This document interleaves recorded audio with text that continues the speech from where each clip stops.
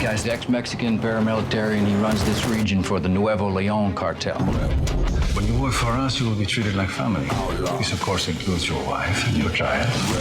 This is the last stop. You complete this, and the judge, that instant, will release your son. I love you, Jason. Your character, John Matthews, is the father of a kid who is looking at some serious jail time unless he gives up drug-dealing associates, which, of course, he won't do. And this is based on a true story. What were the circumstances in that case? Well, they're very similar. It was our job to pay homage and respect to the real story that happened. This man who took matters into his own hands and wanted to reduce his son's sentence, which is one of the reasons why the story moved me so much and it landed on me. Here's a guy who, not streetwise, not gang-related, not drug-affiliated in any way, but, you know, recognized immediately that, God, my son, who is a first-time offender, non-violent, is getting racked with 10 years.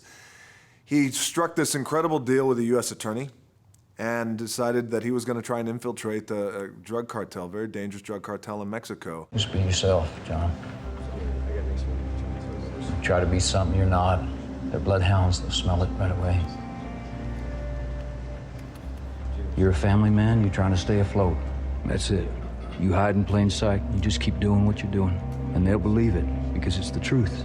Actors often talk about how their characters really come to life, sometimes when they're finally in their costumes. In Snitch, I can't help but wonder if instead of the costume, it's the beard. Yeah, because that is a thing, man. Put that elastic band on and away you go. Oh, for me, it's the same. As soon as I step into the wardrobe, yeah, whatever the prosthetics might be. You see a lot of actors. I just worked with Johnny Depp, and they work really well with masks. You know, Johnny's like just a genius when it comes to makeup and masks. It sort of allows you the courage to step out, yeah. Tell me about working with Susan so extensively in this film.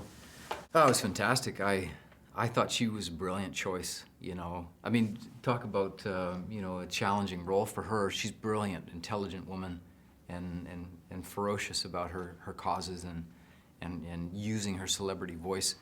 I thought, what a great choice that was to have her play this this ball-busting Republican U.S. attorney. That was great. You play nice with the feds, man, but what happens when Malik and everyone finds out you're an informant? What happens to me? That puts me right with you. They know I'm a rat. They got 'em coming after our families, John.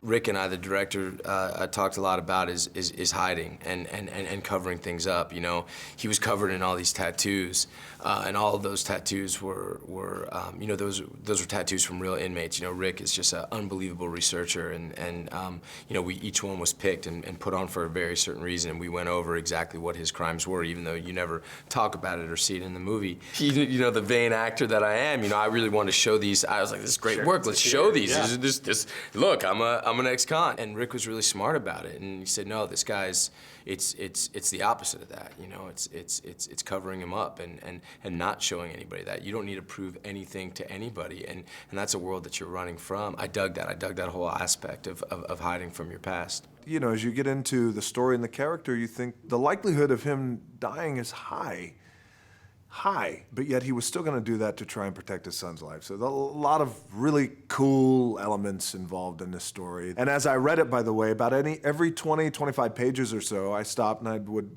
call Rick Waugh and say, so take me through the story again, this really happened? You follow the drugs, you get players. You follow the money, you get a kingpin. Yeah, you know that he's never coming back. Hey, John, you sure you can pull this off? Trust me.